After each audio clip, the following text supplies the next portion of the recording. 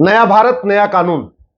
150 साल के बाद 3 अंग्रेजी कानून खत्म हो गए हैं और 3 नए भारतीय कानून लागू हो गए।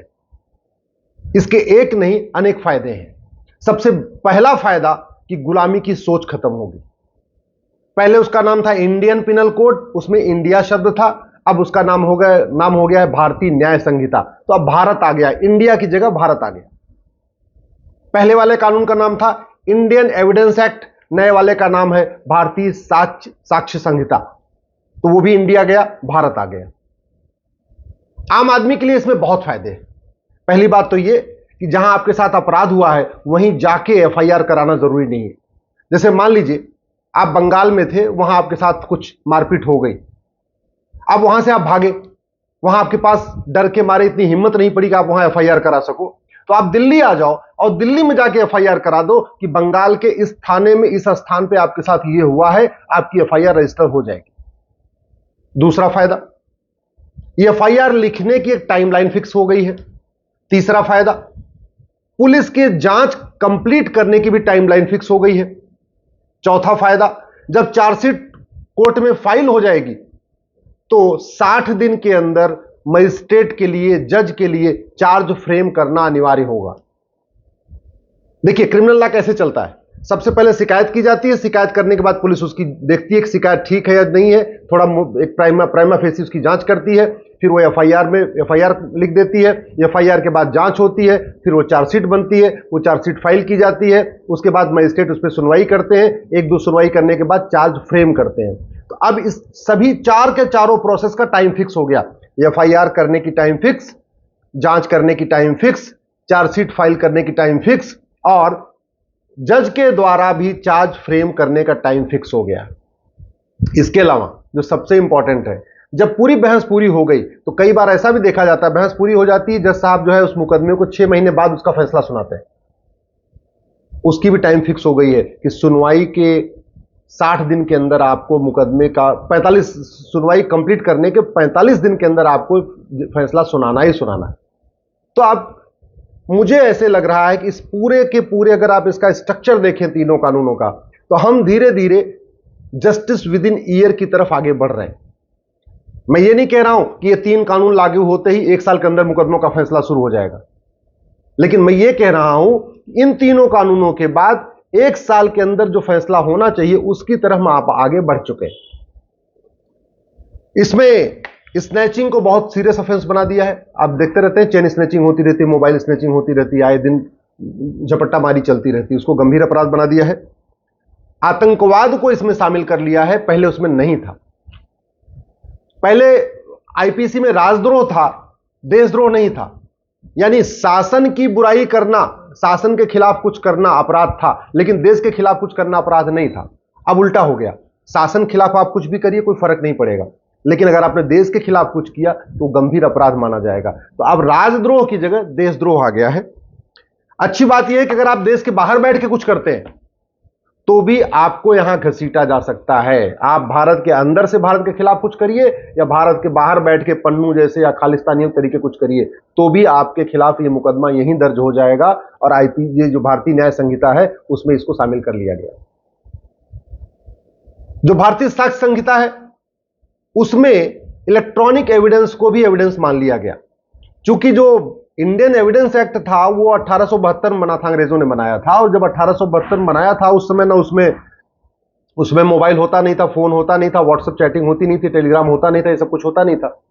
तो इलेक्ट्रॉनिक एविडेंस को इंडियन एविडेंस एक्ट में एविडेंस नहीं माना जाता था। लेकिन अब नई वाली जो भारतीय साक्ष्य संहिता है इसमें सारे इलेक्ट्रॉनिक एविडेंस को भी एविडेंस माना जाएगा। आपने व्हाट्सएप चैटिंग किया, आपने एसएमएस के जरिए चैटिंग किया, आपने फोन के जरिए चैटिंग किया, चाहे आपने व्हाट्सएप कॉल के जरिए चैटिंग किया, टेलीग्राम कॉल करके चैटिंग किया, या कोई और ऐप यूज करके चैटिंग किया, या ईमेल के जरिए चैटिंग किया, या इंस्टाग्राम के जरिए चैटिंग किया, सारे के सारे इलेक्ट्रॉनिक जो कम्युनिकेशन है माध्यम, वो सब के सब एविडेंस माने जाएंगे। तो इससे भी सजा दिलवाने में काफी मदद मिलेगी। पहले क्या होता था, बहुत सारे गंभीर अपराधों में सबूत के अभाव में बरी हो जाते थे, क्योंकि इलेक्ट्रॉनिक वो हाई टेक्नोलॉजी यूज करते थे, उसको एविडेंस माना नहीं जाता था। तो बहुत सारे अब नक्सली, आतंकवादी, अलगाववादी, कट्टरपंथी, जिहादी, ये सब के सब सबूत के अभाव में बरी हो जाते थे, पुलिस सबूत नहीं दे पाती थी। इलेक्ट्रॉनिक एविडेंस होता था, इसके बावजूद भी वो सबूत के अभाव में बरी होते थे, क्योंकि इलेक्ट्रॉनिक एविडेंस को एविडेंस माना ही नहीं जाता था। अब क्या होगा, इलेक्ट्रॉनिक एविडेंस को एविडेंस माना जाएगा। इसलिए मेरा यह मानना है कि जो अब सजा का रेट डबल हो जाएगा। पहले कुछ राज्यों में सजा 10% होती थी, यानी अगर 100 एफआईआर होता था तो केवल 10 लोगों को सजा होती थी, 90 लोग बाइज्जत बरी हो जाते थे। कुछ राज्यों में ऐसा भी है कि 100 एफआईआर होता है तो 50 लोगों को सजा होती है, 50 लोग बरी हो जाते हैं। मेरा यह मानना है कि जहां 10% सजा होती थी अब वो 20% हो जाएगी, जहां 20% सजा होती थी वो 40% हो जाएगी, सजा का रेट डबल हो जाएगा। लेकिन इसमें और भी कुछ करने की जरूरत है। जो 3 नए कानून आए हैं इसमें झूठ बोलने को गंभीर अपराध घोषित नहीं किया गया है, झूठी शिकायत को गंभीर अपराध घोषित नहीं किया गया है, झूठी गवाही को गंभीर अपराध घोषित नहीं किया गया है, झूठे हलफनामा को गंभीर अपराध घोषित नहीं किया गया।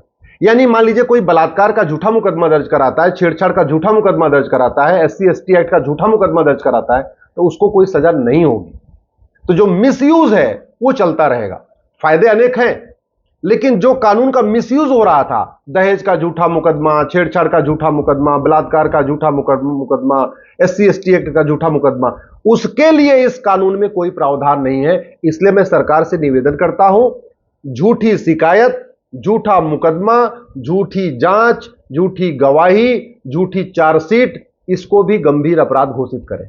दूसरा, झूठ पकड़ने के लिए नार्को पॉलीग्राफ ब्रेन मैपिंग को मैंडेटरी करें, अनिवार्य करें, उसको भी एविडेंस माना जाए। नार्को पॉलीग्राफ ब्रेन मैपिंग को, जितने व्हाट्सएप वगैरह तो अब मान लिया गया, लेकिन अभी न तो झूठ पकड़ने के लिए नार्को पॉलीग्राफ ब्रेन मैपिंग अनिवार्य किया गया है, और बाय द वे अगर मान लीजिए पुलिस कैसे भी करके ऑर्डर कर भी लेती है, उसको एविडेंस नहीं माना जाएगा, उसको एविडेंस मानना जरूरी है।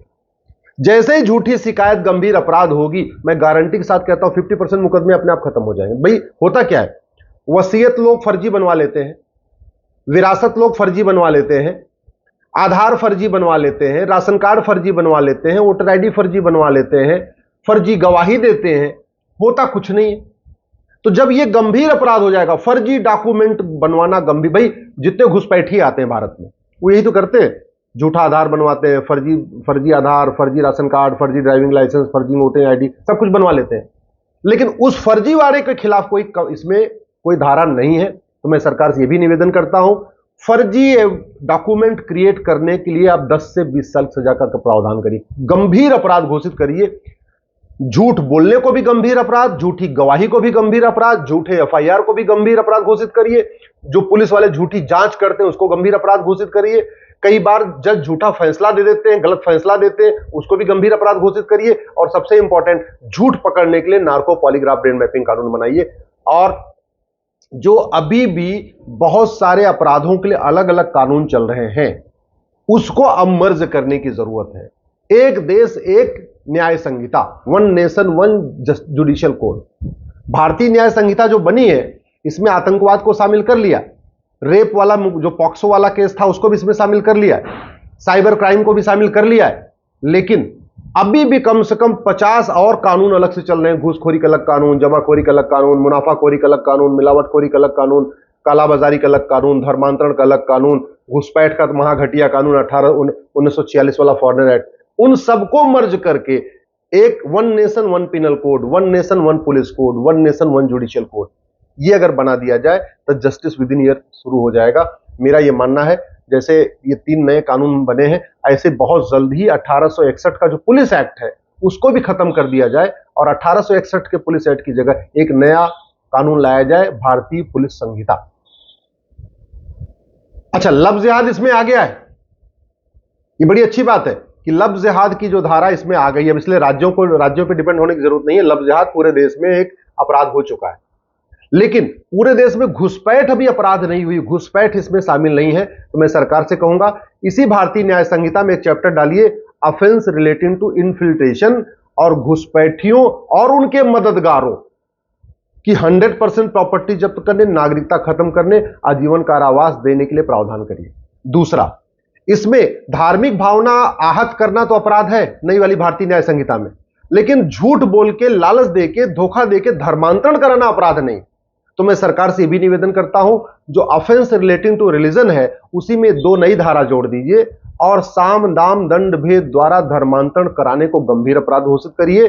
धर्मांतरण कराने वाले मिशनरियों और जिहादियों की 100% संपत्ति जब्त करने, उनके मददगारों की, क्योंकि जो धर्मांतरण होता है ऑर्गेनाइज क्राइम होता है, उनके मददगारों की भी प्रॉपर्टी जब्त करने, उनकी नागरिकता खत्म करने और आजीवन कारावास देने का प्रावधान करिए। सरकार से मैं यह भी निवेदन कर रहा हूं, इस कानून में जो लैंड जिहाद चल रहा है, जो सड़क के किनारे, रेलवे के किनारे जगह जगह अवैध निर्माण हो रहा है, उस पर गंभीर अपराध नहीं है। तो एक लैंड जो अवैध निर्माण किया जाता है सार्वजनिक स्थानों पे, पार्क में, सड़क किनारे, हाईवे किनारे, रेलवे किनारे, उस पे लिए भी एक चैप्टर इसमें डाल दिया जाए। देखिए उत्तराखंड में हो रहा है, हिमाचल में हो रहा है, पूरे देश में अवैध निर्माण बहुत तेजी के साथ हो रहा है, उसके लिए भी एक चैप्टर हो जाए। और भी जितने भी हमारे भारत और भारत की संस्कृति के लिए बड़े खतरे हैं, जैसे इसमें हथियारों के लिए, अवैध जो हथियारों की सप्लाई होती है, हथियार बनाए जाते हैं, उसके लिए एक चैप्टर नहीं है। तो मेरा यह मानना है कि जो हथियार तस्करी होती है उसको भी इसी भारतीय न्याय संहिता में शामिल कर लेना चाहिए। हमारी यंग जनरेशन बर्बाद हो रही है नशे के कारण, सारे स्कूल कॉलेज में नशे, ड्रग स्मगलर ने अपना नेटवर्क फैला दिया है।